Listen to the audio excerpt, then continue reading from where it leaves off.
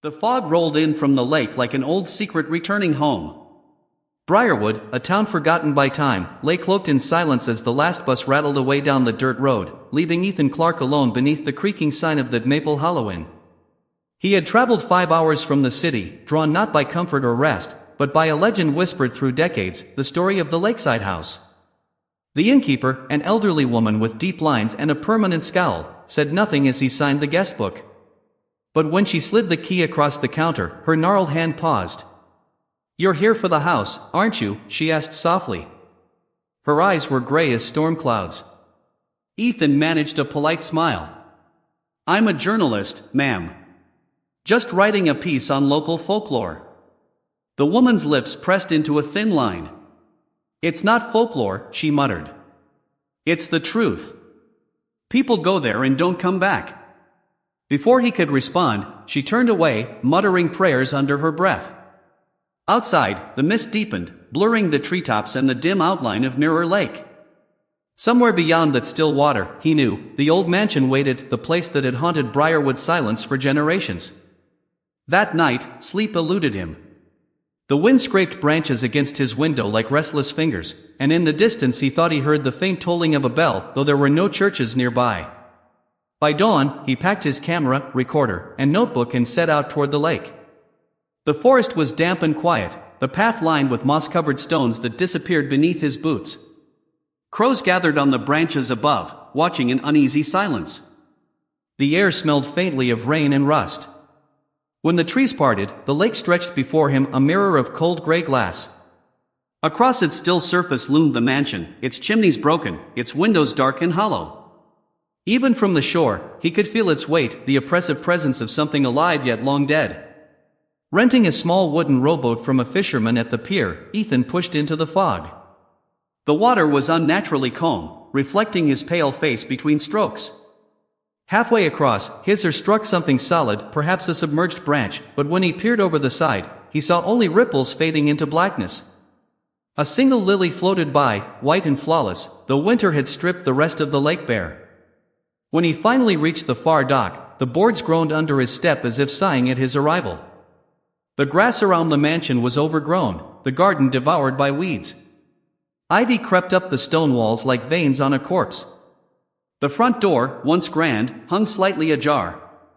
Ethan lifted his recorder. "Day 1, he whispered. "The locals say the Whitmores vanished here 50 years ago. I intend to find out why."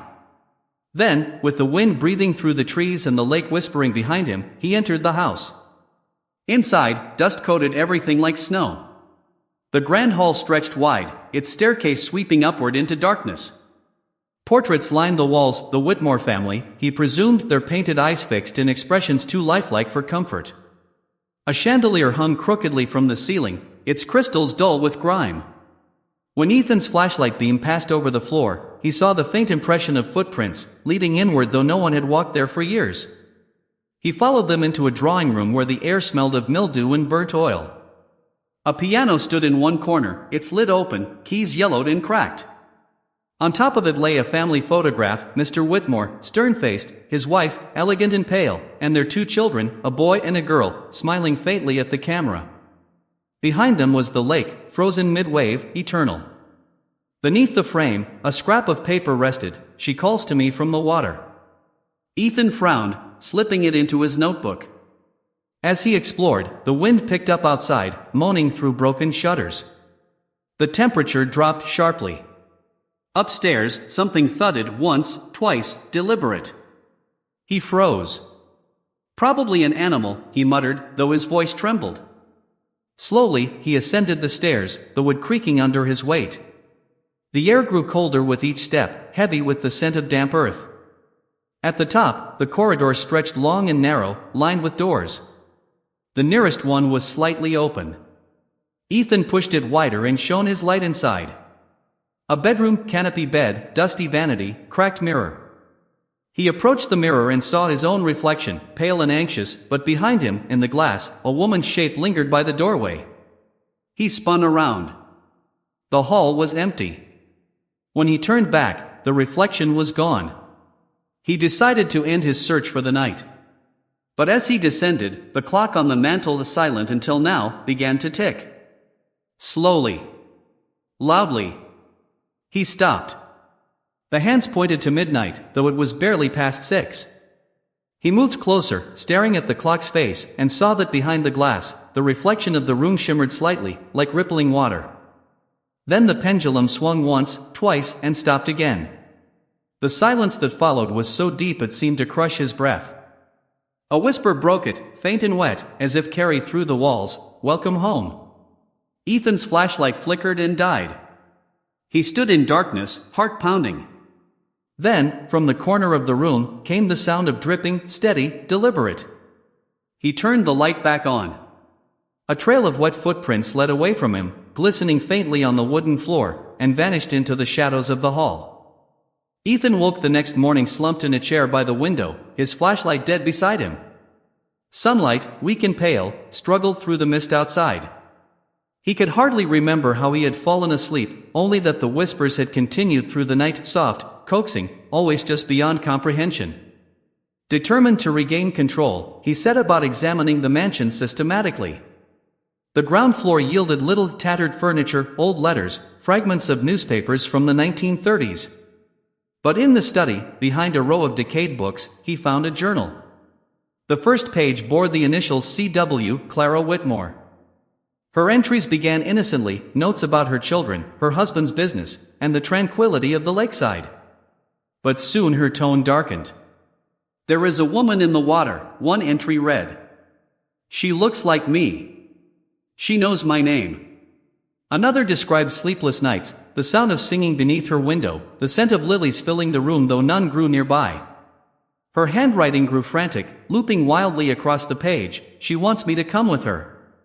She says the lake remembers." The final entry was barely legible. "She's here. I see her standing at the glass." Then, nothing.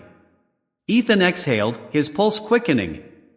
He placed the journal carefully on the desk and turned toward the window. Outside, the lake gleamed under the thin sunlight, silent and perfect. For a moment, he thought he saw movement on the far shore, a figure in white, standing ankle-deep in the water, unmoving.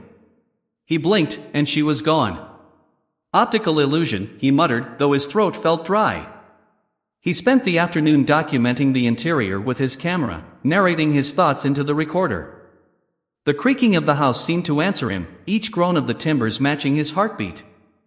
As twilight fell, he decided to check the basement. The door, hidden behind the pantry shelves, resisted at first, then swung open with a sigh. A narrow staircase led downward into darkness. The air smelled of iron and rot. His footsteps echoed hollowly as he descended, the beam of his flashlight trembling over stone walls slick with damp. At the bottom, the passage widened into a low chamber. Water lapped at the floor only an inch deep, yet ice-cold. In the center stood a rusted iron cage, its door half open. Within it lay something small, a child's doll, half-rotted, its glass eyes staring upward through a film of mold.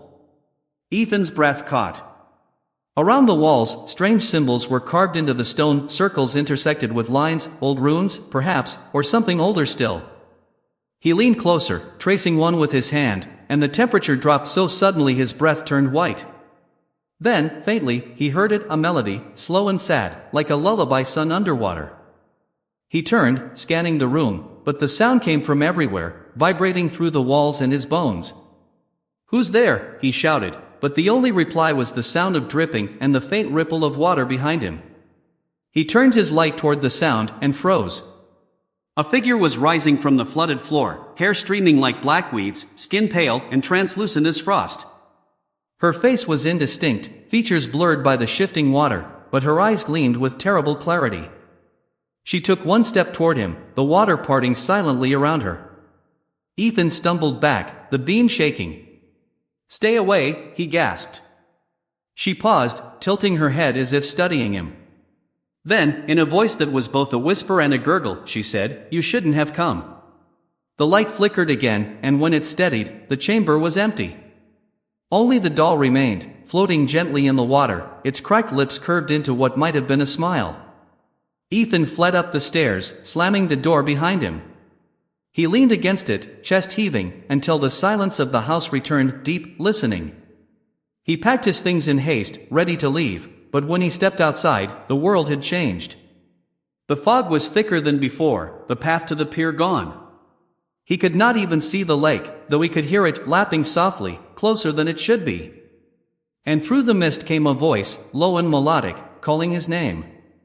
Ethan. Night had fallen again, though he could not tell when. The fog glowed faintly with moonlight, and the surface of the lake shimmered like glass. Ethan wandered along the water's edge, disoriented, his footsteps muffled. The mansion loomed behind him, its windows lit though he had extinguished every lamp. He turned toward the pier, but there was no boat. Only the ripple of water, black and endless. Panic gnawed at him. He turned back toward the house, thinking to wait until dawn, yet the sight of it filled him with dread. Its reflection trembled on the water, but there was something wrong in the mirrored image. A light flickered in the attic window, and a figure stood there watching him. Slowly, he lifted his gaze to the real house. The window was empty. He felt the air thicken, the smell of lilies rising strong and sweet, almost choking. Clara Whitmore, he whispered, as though naming her could give him power. The lake rippled in answer. Then, behind him, footsteps sounded on the dock, wet, heavy, deliberate. He turned. The woman stood there, water cascading from her hair, her dress clinging to her form like a shroud. Her eyes were not hateful, they were sorrowful, pleading. "Help me," she whispered. "He drowned us. All of us." He thought the lake would hide it. But it remembers. Ethan's mind raced. Was it madness, a haunting, or something beyond understanding? Before he could speak, the water at her feet began to rise, forming shapes, faces, hands, eyes, the lost Whitmores, perhaps, or others who had vanished. The woman reached for him. "Join us," she murmured, "and you'll know the truth." Ethan stepped back, heart hammering. "No," he shouted. But his heel caught the edge of the dock, and he plunged backward into the lake. The water was freezing, thick as ink. He surfaced gasping, the mansion's lights blurring above him. Then something seized his ankle, dragging him downward. He struggled, thrashing, but the pull was relentless. Through the murk, faces swam pale, lifeless, eyes open wide in silent accusation. He reached upward, breaking the surface once more, and saw, to his horror, himself standing on the dock, dry and calm, staring down with cold, expressionless eyes. Then the reflection smiled. The lake closed over him. Silence returned. At dawn, the fog lifted. The villagers found the rowboat drifting against the pier, empty but for a notebook sealed in a plastic bag. Inside were Ethan's notes, ending abruptly with the words, "She's calling." No body was ever recovered. But that night, and every night since, a new light glowed in the attic window of the Lakeside house. And sometimes, when the wind crosses Mirror Lake just right, the villagers swear they hear a man's voice mingling with the whispers, calm, steady, and eerily familiar, telling his story to anyone who dares listen.